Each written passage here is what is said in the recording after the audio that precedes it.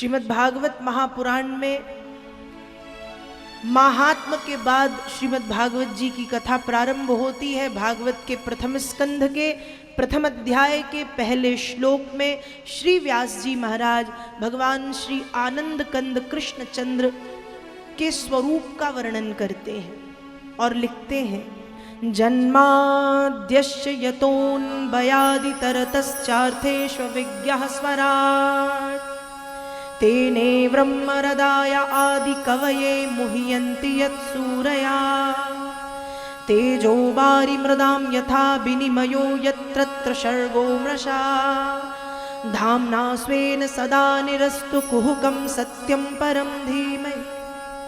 पहले श्लोक में श्री व्यास जी महाराज ने भगवान को परम सत्य कहकर के संबोधित किया कि हे नारायण, आप ही परम सत्य हैं। जब ये दुनिया नहीं थी तब आप थे, जब सृष्टि होती है तब आप होते हैं, और आगे जब यह सृष्टि नहीं रहेगी तब भी आप होंगे। आप ही परम सत्य हैं। दूसरे श्लोक में धर्म की परिभाषा को बताया है। यदि देखें तो धर्म शब्द उलझा हुआ है, क्योंकि आज तक समझ में नहीं आता धर्म है क्या। इसलिए धर्म की सरल परिभाषा वेद व्यास जी देते हैं कि यदि देखा जाए तो निर्मत्सराणाम सताम, मात्सर्य और कपट रहित व्यवहार ही व्यक्ति के जीवन का सर्वश्रेष्ठ धर्म है।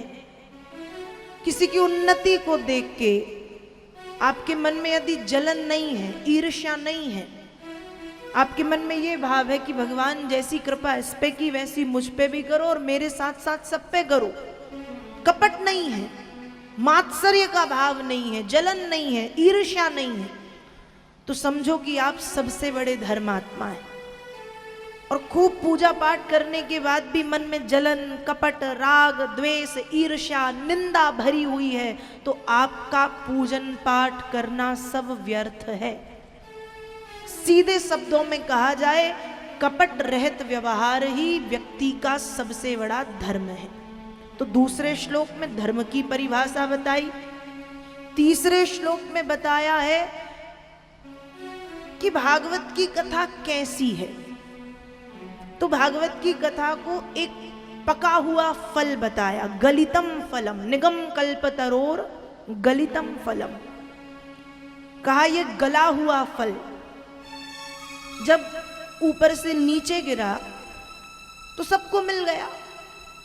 लेकिन अब प्रश्न ये उठता है कि कोई फल, जैसे आम के पेड़ में आम लगा है, बहुत पका हुआ, बिल्कुल गला पीला पीला आम, ऊंचे वृक्ष से नीचे गिरेगा तो सही सलामत गिरेगा?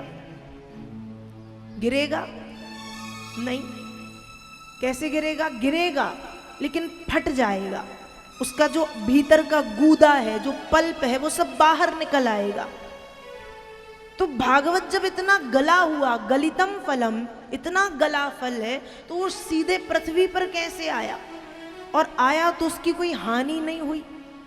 तो कहा भैया ये सीधे पृथ्वी पर नहीं आया, ये लाया गया। कैसे? कहा सबसे पहले नारायण की शाखा, नारायण की शाखा से ब्रह्मा जी की शाखा पे, ब्रह्मा जी की शाखा से नारद जी की शाखा पे, नारद जी के द्वारा व्यास जी, व्यास जी के द्वारा सुखदेव जी, और सुखदेव मुनि के द्वारा परीक्षित, और उसके माध्यम से ये पृथ्वी पर आई भागवत की कथा।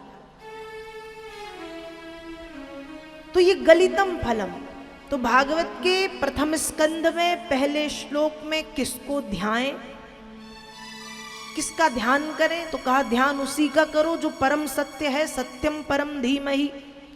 दूसरे श्लोक में धर्म का मर्म बताया, और तीसरे श्लोक में क्या पिए, पिए क्या? कहा निगम कल्प तरोर गलितम फलम, शुकमुखा दम्रत द्रव संयुतम। सुखदेव जी के मुख से जो भागवत रूपी रस प्रवाहित हुआ है, उस रस का पान हम करें। तीसरे श्लोक में क्या पिए? और भागवत के प्रथम स्कंद को प्रश्न अध्याय कहा गया, क्योंकि नैमिषारण्य की भूमि में सूत जी महाराज ने 88,000 सौनकादिक ऋषियों से 6 प्रश्न किए हैं। 6 प्रश्न किए, जिसमें से पहला प्रश्न यह है कि कलयुग के जीवों का कल्याण कैसे हो। दूसरा प्रश्न किया भगवान अवतार कब लेते हैं। तीसरा प्रश्न किया भगवान के इस पृथ्वी पर आज तक कितने अवतार हुए। चौथा प्रश्न किया है कि व्यक्ति के जीवन का लक्ष्य क्या है। पांचवा प्रश्न किया है कि धर्म की गति क्या है। और छठवां प्रश्न किया है कि अंत में धर्म किसकी शरण में गया। भागवत के प्रथम स्कंद में 6 प्रश्न किए हैं, इसलिए प्रथम स्कंद प्रश्न अध्याय कहलाता है। सूत जी महाराज एक एक करके सभी प्रश्नों का उत्तर देते हैं कि व्यक्ति के मतलब कलयुग के जीवों का कल्याण केवल कृष्ण के कीर्तन से ही संभव है, हरि नाम से ही संभव है। भगवान अवतार कब लेते हैं, सामान्य रूप से उत्तर दिया है कि यदा यदा हि धर्मस्यो ग्लानिर्भवति भारतो अभ्युत्थानम् अधर्मस्यो तदात्मानं सृजाम्यहम्। जब जब धर्म की हानि अधर्म की वृद्धि होती है तब तब भगवान इस पृथ्वी पर अवतार लेते। इसी भाव को सरल भाषा में गोस्वामी जी मानस में भी लिखते हैं।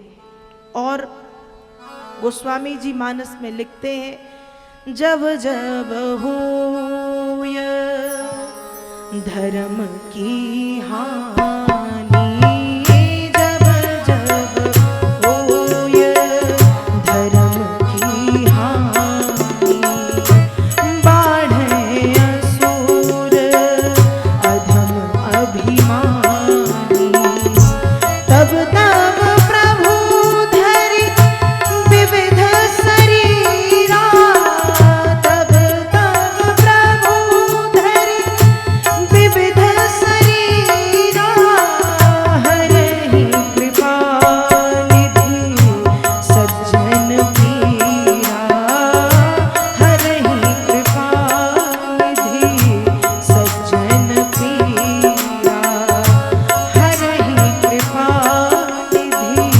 सज्जन पीरा। तो जब जब धर्म की हानि अधर्म की वृद्धि होती है तब तब भगवान इस पृथ्वी पर अवतार लेते हैं। भगवान के कितने अवतार हुए, तो अब तक इस पृथ्वी पर भगवान के 23 अवतार हो चुके हैं।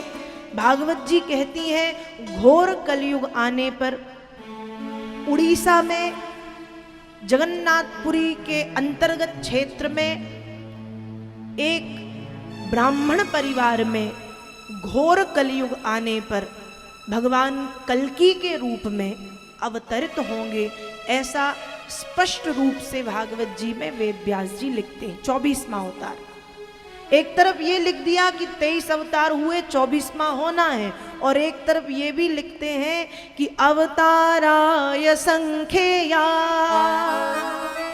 हरेर सत्वनिधेर द्विजा यथा विदासिना कुल्या सरसास्यु सहस्रसा।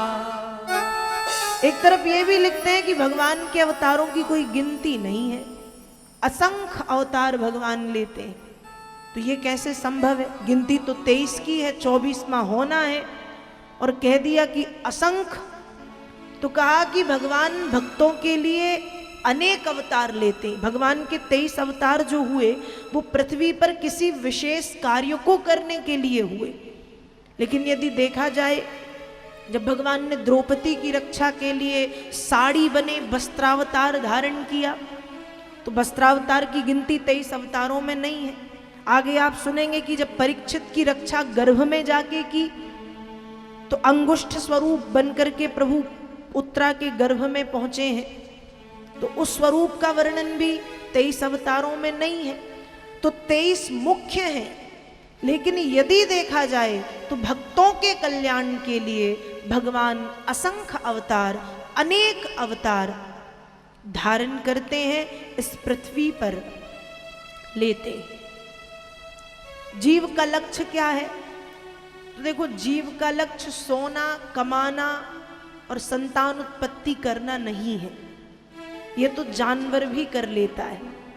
जीव का लक्ष्य ये सब करते हुए थोड़ा थोड़ा हरि भजन करते रहे।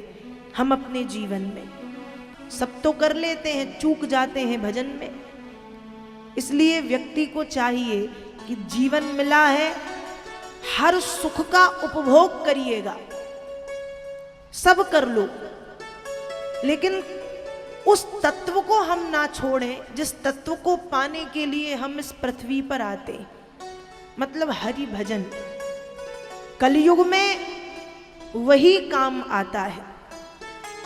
वेदव्यास जी भागवत में लिख रहे हैं, कलौ केशव कीर्तनात्, कलयुग में केवल भगवान कृष्ण के नाम का कीर्तन काफी है। तो जीवन का लक्ष्य है हरि भजन, ना कि अन्य कुछ।